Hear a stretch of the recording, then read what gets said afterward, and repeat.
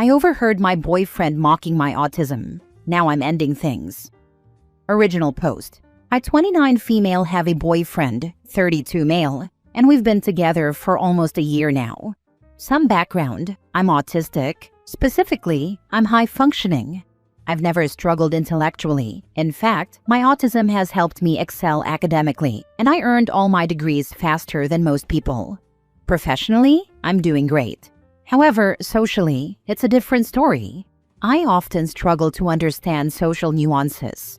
That's actually what drew me to my first degree in psychology, an attempt to understand people on a theoretical level. But even with all that knowledge, real emotional connection is still something abstract to me. I can explain attraction and relationships academically, emotional support, self-affirmation, etc. But I don't really feel it the same way others do. Because of this, my social circle has always consisted of other neurodivergent people and close colleagues. I hate having to explain myself constantly. Then about a year ago, I met Jake. He's neurotypical, and I was genuinely surprised by how easily we clicked, something that almost never happens for me with people outside the neurodivergent community. Things were great at first. We went on dates, and I even willingly cut down my work hours, which had never happened before. Work has always been incredibly important to me. Jake was attentive and made a sincere effort to understand my disorder.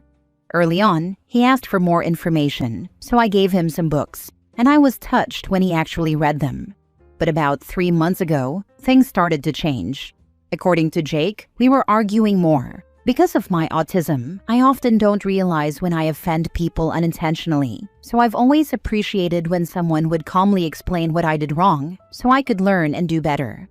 Jake used to do just that. He'd gently point things out and offer alternative ways to phrase things. I appreciated that. Whenever I accidentally hurt him, I would apologize and usually give a small gift, like how people give flowers after a fight. I thought it was a normal thing couples did to make amends. For example, once at a dinner with his family, his sister said something rude to me. His dad tried to brush it off, saying she was always like that, and I said, "Oh, it's fine. I used to work with children who had narcissistic parents. She's just projecting." Later, Jake told me that his mother was deeply upset because she thought I was calling her a narcissist, and he said I should apologize. I honestly still don't see what was wrong with what I said. From a psychological point of view, it was a fair assessment. But to avoid making it worse, I apologized and even bought his mother a necklace. After that incident, Jake started pointing out every little thing I said. It wasn't just occasional corrections anymore. It felt constant. And each time he expected me to apologize, sometimes accompanied by a gift. At first, I thought maybe I was messing up more. Maybe I was missing some big social cues again. Then about a week ago, Jake had some friends over at my place. After a while, my social battery drained, so I excused myself and went to my room to read and recharge. Later, I realized I'd left my phone charger in the living room. When I went to get it, I overheard Jake telling his friends a story about me. He was laughing and saying, "One little word about being hurt, and she'll buy me anything I want." It's hard to explain what I felt at that moment, but hearing that really hurt. And in that moment, everything clicked. The endless apologies, the constant gifts, the sudden increase in mistakes I was supposedly making. He wasn't helping me. He was using me. Using my trust, my guilt, my need to do the right thing, twisting them for his own benefit. I didn't say anything. I just went back to my room and closed the door. I texted him that I had work to do, so he could stay at his place tonight. I'm obviously ending things. P.S. Sorry for the long post. I'm not ready to tell my friends yet, and honestly, writing it down helped me organize my thoughts. Now I have to cancel everything we had planned with my family for the holidays, plus our trip, and that's a lot of work.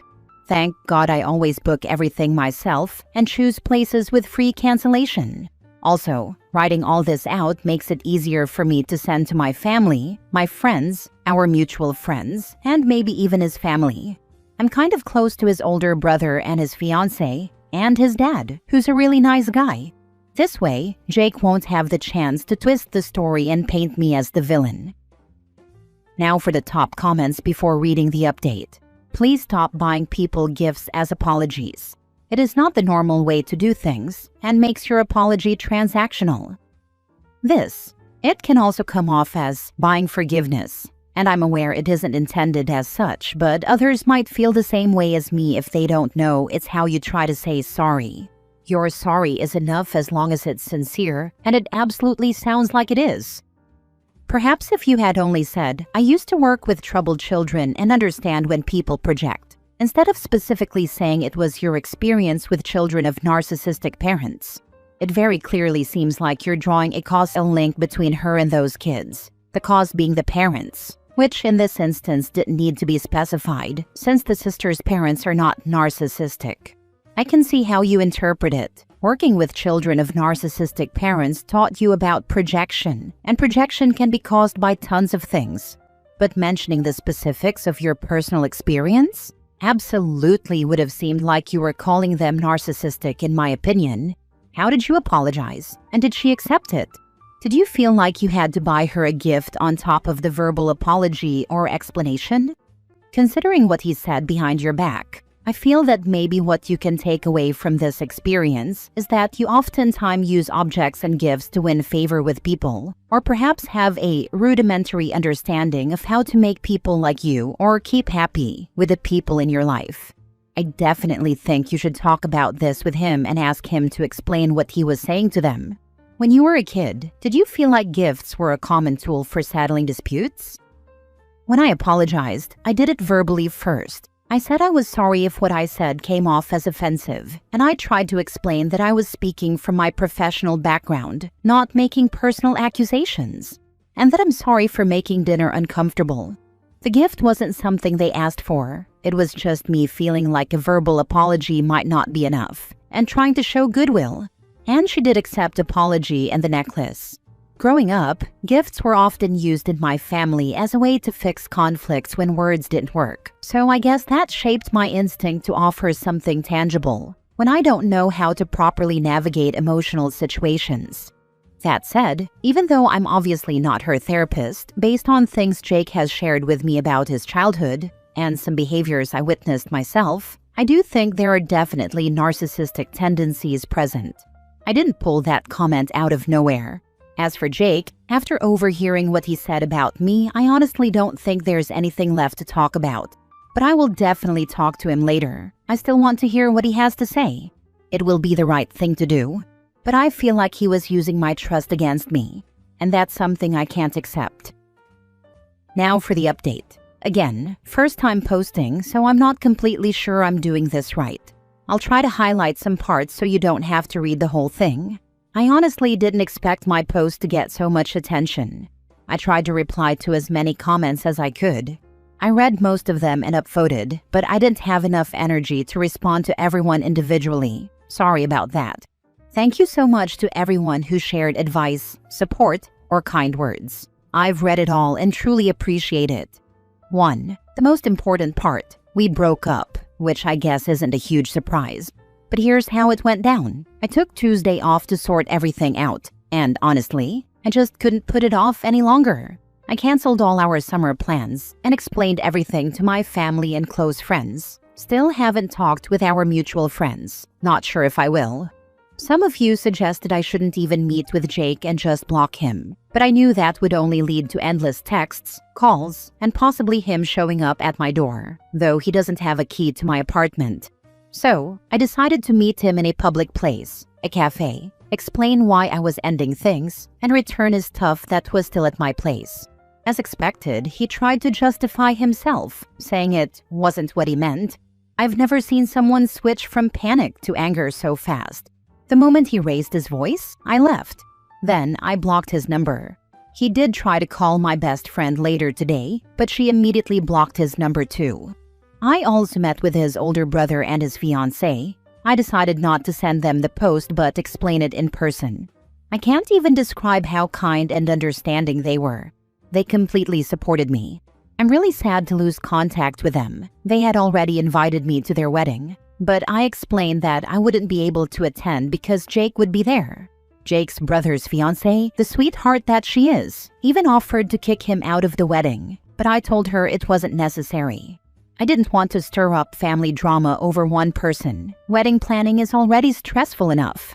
2. For the person who asked about my academic background, I saw your comment but couldn't find it later. And for people who doubted whether I was fit to be a therapist, I'm not a therapist. I have 2 bachelor's degrees, one in psychology and another in neuroscience. I have a master's degree in behavioral neuroscience. I'm currently working as a cognitive evaluator and research assistant while pursuing my PhD in clinical neuropsychology. In the past, I also completed an internship and later volunteered at a child development center where I supported children as part of a behavioral therapy team. 3. For those who mentioned you shouldn't diagnose people, I completely agree that my comment at dinner was inappropriate. But just to clarify, being narcissistic and having narcissistic personality disorder, NPD, are 2 different things. Being narcissistic, meaning having some self-centered traits, arrogance, or an excessive need for attention, is a behavioral description, not a medical diagnosis. You don't need a formal diagnosis to describe someone as narcissistic in casual terms. 4. About giving gifts. I'll definitely stop buying gifts as apologies from now on. 5. For those who said the post was a bit robotic, as I replied to someone in the comments, English is not my native language. I first learned it for academic purposes, mainly preparing for IELTS. So my English tends to sound a bit more formal and academic rather than casual. It's not something that bothers me or anyone I interact with, so I don't really see it as a problem. Oxford commas, dashes, etc. are the basics. It's not a crime to be a literate person. 6. As for how I'm doing now, honestly, I'm okay, or at least I know I will be. The breakup hurts, of course. It's a really awful feeling, especially considering that it was my first serious relationship. But I also know that not everyone is like Jake. I actually have a session with my therapist tomorrow. I want to make sure I'm really processing everything in a healthy way. I tend to shut down and disconnect when I'm overwhelmed, so I'm trying to stay aware of that. One silver lining, as my best friend pointed out, is that I'll have more time to focus on work now. Again, sorry for the long post. I don't think there will be any new updates, but if any of you have questions, I will try my best to answer. Last story. Best friend tried to take my place and thought she'd win. He gave her the same hell he gave me. I was with my ex from when I was 13 all the way until I was 27. We're the same age. That's almost half my life spent with one person. We had 3 kids together, now 18, 16, and my youngest is 6. We officially ended the relationship in 2019, but to be honest, things were falling apart way before that. About a year before we broke up for good, we had a short separation, and that's when everything changed in a way I never expected. Our relationship wasn't just rocky, it was toxic. It was abusive in every sense, physically, emotionally, and mentally. I stayed way longer than I should have. But when you're young, in love, and you have kids involved, you start to convince yourself that dysfunction is normal. That the yelling, the fighting, the emotional roller coasters, that it's all just part of being in love. You get used to walking on eggshells. You lose yourself without even realizing it. During that short breakup, he got close to someone I thought was one of my best friends. And I don't mean just any friend. This was someone I let into my most personal moments. She was with me at the hospital when I thought I was miscarrying. She planned and hosted my baby shower. She was around for the milestones, the breakdowns, the heart-to-hearts. I trusted her. So when I found out after the final breakup that he was staying with her, part of me was shocked, and the other part wasn't surprised at all. Deep down, I think I always sensed something was off, but I wanted to believe I was just being paranoid. He, of course, denied everything, told me I was crazy, jealous, bitter, that I was just imagining things. He gaslit me hard. But eventually, the truth started slipping out. She began acting more and more like she was playing mom to my kids. She was stepping into my shoes, trying to take my place. And it hurt.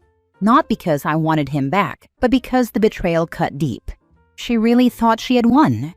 That she had beaten me out for some prize. That now she'd get the version of him I never did. And for a while she believed it, until the cracks started showing. Over time, he started venting to me about how miserable he was with her. He admitted to cheating on her constantly. He even said he had gotten physical with her, just like he had with me. It was the same cycle all over again. Same manipulation, same lies, same abuse, just with a different woman. And just like me, she thought she could fix him. She thought love would be enough, that he would change for her. She even believed he'd marry her and that she'd fully replace me in the kids' lives. It only got more chaotic.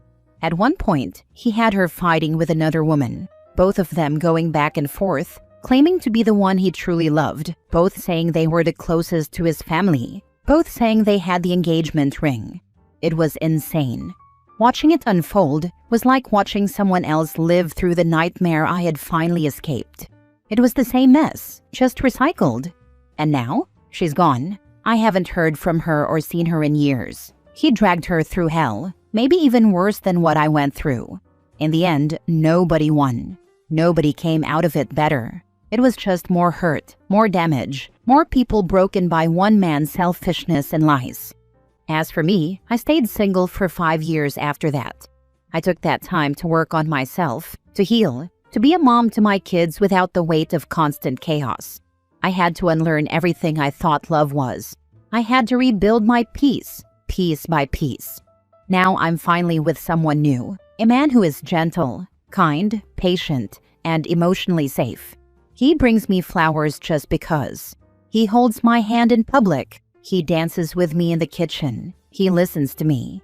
He shows up. He doesn't try to control me or hurt me. He just loves me in a steady, quiet, genuine way. The way I never knew I deserved. I'm still healing. That kind of trauma doesn't disappear overnight, but I'm no longer stuck in survival mode. I'm not just trying to get through each day, I'm finally living. And that to me is the real win. Now for the comments. A tale as old as time, he or she treats me differently from you. Or the other banger, he or she changed. They're a better person now. I will never understand how can someone be stupid and or evil enough to do this to someone. They really deserve all they get in the end. Me neither. I had to understand they are both broken individuals. I held on to this story for years, only sharing with those close to me, but feels too good to let it out. Yeah, this is a fun lie we tell ourselves. I knew he hadn't changed from the last one, but it was familiar chaos, and I was so used to the dynamic that it took a long time to register that it wasn't actually something I wanted to keep choosing in my adult life. The next one is swallowing his fictionalized tales of victimhood wholesale, even as he repeats the same patterns with her and her kids. There's someone for everyone, apparently.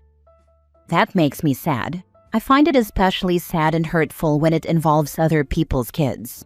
I've been extremely cautious of not getting into another abusive or toxic situation, especially because of my little ones. Well, for myself too, of course, but I can't let them see the cycle continue. Mom has to make good or difficult choices in regard to them and their safety. I may have struggled for years to wake up, but now that I know better, I have to make the best and healthiest decisions possible. I hope she wakes up for the sake of her kids.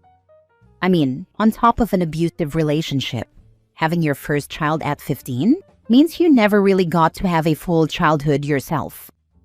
That's right, life is so different for me now. I've traveled, tried new, scary things, made wonderful friends, have a career I love. There was a time I was scared of even making my own decisions. It's a great life now.